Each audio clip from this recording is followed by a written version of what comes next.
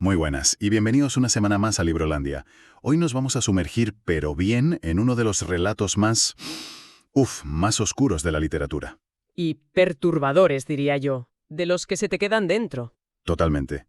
Hablamos de El gato negro, de Edgar Allan Poe, publicado en 1843. Nuestra misión de hoy es desmontar esta historia, porque la pregunta que nos lanza Poe es brutal. ¿Vemos a un buen hombre que se vuelve loco por el alcohol, o el alcohol es solo la excusa que libera al monstruo que ya vivía dentro? Esa es la clave de todo, justo. Porque esta historia, que la crítica siempre ha puesto por las nubes como una de las más espeluznantes, no da miedo por lo sobrenatural. Lo que de verdad aterroriza es esa bajada a los infiernos de la mente del narrador. Ajá. Y nos centraremos en eso, en su psicología, en cómo se retuerce y en cómo el gato, un simple gato negro, pasa de ser una mascota a ser, bueno, el símbolo de su propia condena. Pues vamos a ello. A ver, a mí lo primero que siempre me choca, cada vez que lo leo, es cómo empieza. Nos dice que él desde niño era famoso por su, y cito, docilidad y humanidad. Claro, un angelito. Exacto, que sentía una auténtica pasión por los animales. Se casa joven, con una mujer parecida, y su casa es como un zoo. Pájaros, peces, un perro, conejos, un mono. Y Plutón, el gato negro. Y aquí está la primera pregunta. ¿Nos lo creemos? ¿De verdad era tan bueno? Ahí has dado en el clavo. Es que estamos ante un ejemplo de libro de lo que se llama narrador no fiable. Totalmente. Este hombre nos está contando su historia el día antes de que lo ejecuten. No busca contarnos la verdad. Busca justificarse. Exacto. Busca justificar lo injustificable. Toda esa introducción tan idílica, tan de qué bueno era yo, es una estrategia.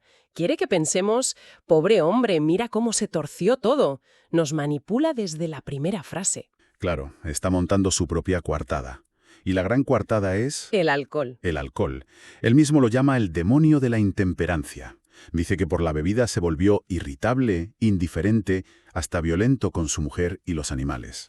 Es muy fácil, ¿no? Echarle la culpa a algo externo. No era yo, era el alcohol. Justo. Pero el alcohol, yo creo que es el catalizador sin duda. Pero no es el origen del mal. Es la llave que abre una puerta que ya estaba ahí, esperando. Y la prueba es el primer acto de violencia de verdad. Uf, la escena del ojo. Es que es de las que se te graban a fuego. Es tremenda. Llega a casa borracho, el gato Plutón se asusta un poco, le evita y al cogerlo le muerde la mano. Una reacción súper normal del animal. Pero la suya no. La suya no. Él mismo dice que le posee un furor demoníaco. Y no es un golpe, no es un empujón. No, no. Coge un cortaplumas y, a sangre fría, le vacía un ojo al animal. Es una crueldad muy específica, muy sádica, y contra el ser que supuestamente más quería. Y aquí es donde la historia se vuelve absolutamente genial. Porque otro autor se habría quedado en la borrachera le hizo hacer algo terrible. Pero Poe no. Poe va mucho más allá. Al día siguiente, el narrador reflexiona y nos presenta su gran teoría. El espíritu de la perversidad, que es la parte que de verdad a mí me deja helado. Es que es una idea potentísima. Ya no es un lo hice porque estaba borracho. Es una justificación filosófica para su propia crueldad. Él se pregunta, ¿quién no se ha sorprendido haciendo una tontería o una maldad solo porque sabe que no debería? Y esto es lo que separa a Poe de un simple cuento de terror. El monstruo no es externo, es como un fallo en el software humano, que él llama perversidad. Ostras, qué buena definición. Es esa vocecita que te dice que toques la pintura fresca o que te imagines dando un volantazo. Poe coge ese impulso autodestructivo y lo convierte en el motor de la historia. Es una idea aterradora porque nos dice que esa semilla la tenemos todos. Váyatela. Y entonces el segundo crimen contra Plutón ya no es por el alcohol. Lo dice él mismo. Lo comete a sangre fría. Exacto. El gato, claro, tuerto y aterrorizado, pues le huye.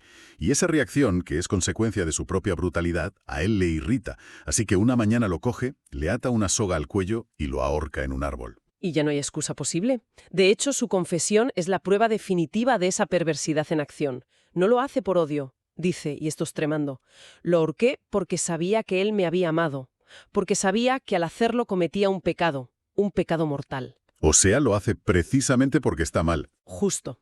Es hacer el mal por el mal. Es el alma, como él dice, atormentándose a sí misma. Ahí ha cruzado una línea de no retorno. Y justo en ese momento el universo o lo que sea le empieza a devolver el golpe, porque esa misma noche su casa arde. Arde hasta los cimientos. Lo pierde todo. Y aquí es donde lo real y lo psicológico se empiezan a mezclar de una forma muy turbia, ¿no? Sí, totalmente. Porque al día siguiente, entre las ruinas, solo queda una pared en pie. Y en esa pared, grabada en el yeso, aparece una figura. La imagen de un gato gigante con una soga al cuello. Una imagen potentísima. Él intenta buscarle una explicación lógica casi científica. Que si la cal, el amoníaco del cadáver, el fuego, una carámbola química. Intenta racionalizarlo, claro. Pero es un intento desesperado. Lo que está pasando en realidad es que su culpa está dejando de ser un sentimiento para proyectarse en el mundo físico. Se materializa. Se materializa. Su crimen se le aparece en la pared. Ya no puede escapar de él. Pasa el tiempo y en una taberna se encuentra con otro gato. Y las coincidencias... Son demasiadas. Es el recurso clásico del terror gótico, el doppelgänger, el doble fantasmal. Es que es un clon de Plutón. Enorme, negro y también le falta un ojo. Este segundo gato no es solo un recordatorio, es una versión acusadora de Plutón que ha vuelto.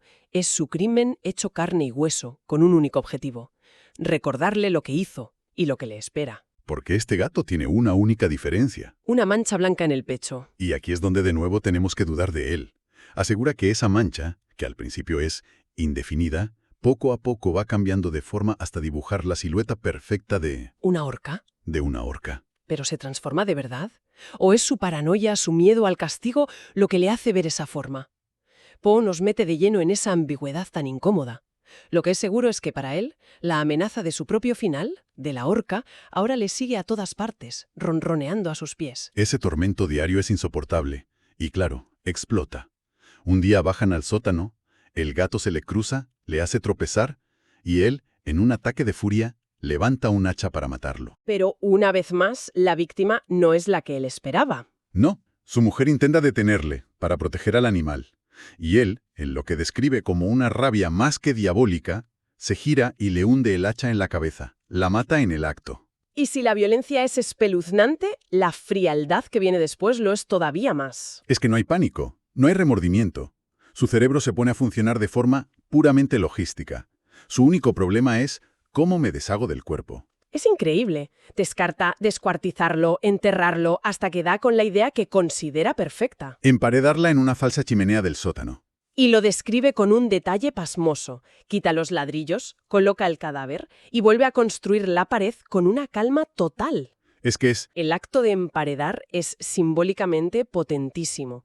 En la literatura gótica significa enterrar un secreto o una culpa, de la forma más violenta. Él cree que puede sellar su crimen detrás de una pared, pero lo que realmente está haciendo es atraparse a sí mismo con su propio pecado. Y cuando termina siente un alivio inmenso, sobre todo porque el gato ha desaparecido. Cree que el monstruo, por fin, ha huido. Y esa noche suelta una de las frases más escalofriantes de toda la literatura. Sí, que duerme tranquilo y profundamente, con el peso de aquel asesinato en mi alma. La desconexión con la realidad ya es total. Ha normalizado el horror. Pero esa tranquilidad, claro, dura muy poco. Al cuarto día, llega la policía para investigar la desaparición, y él, henchido de arrogancia, seguro de su crimen perfecto, les enseña la casa. Con una confianza pasmosa, sí. Les lleva a todas partes, incluido el sótano, varias veces. Es la soberbia del criminal que se cree más listo que los demás. Y esa soberbia es siempre el principio del fin. Siempre. No puede evitar regodearse. Cuando los policías ya se van, sin haber encontrado nada, él no se resiste. La fanfarronada frenética. Eso es. Para demostrar lo sólida que es la casa y reafirmar su inocencia, coge un bastón y golpea la pared del sótano. Y da la casualidad... de que golpea precisamente sobre la pared del tabique tras el cual yacía la esposa de mi corazón. Es su propia arrogancia la que le delata. Y en el silencio que sigue a sus golpes, desde dentro de la tumba, le responde una voz. Un sonido que él describe como un alarido, un aullido mitad horror, mitad triunfo. Algo inhumano que parece salido del infierno. La policía obviamente se abalanza sobre la pared, la derriban en segundos y allí está la verdad, el cadáver de su mujer. Y, sentada sobre la cabeza, con las fauces rojas abiertas y su único ojo llameante... La bestia, el gato. Y la frase final es la que cierra el círculo de una forma magistral. Yo había emparedado al monstruo en la tumba. Se da cuenta, demasiado tarde, de que al sellar la pared no solo había encerrado a su víctima, sino también al testigo de su crimen, al símbolo viviente de su culpa. El monstruo no era solo el gato. Claro, el verdadero monstruo era él. Y esa voz que sale de la pared no es solo un maullido, es su propia conciencia reprimida, su culpa enterrada, gritando para salir y llevarle a la horca que tanto temía. Un final perfecto. Brutal, donde lo simbólico y lo literal chocan de una forma, brutal. ¡Qué barbaridad de relato! Pues, resumiendo un poco, hemos visto que esto es mucho más que una historia de miedo, hemos desmontado la figura del narrador, viendo cómo nos manipula, hemos profundizado en esa idea tan potente de Poe sobre la perversidad.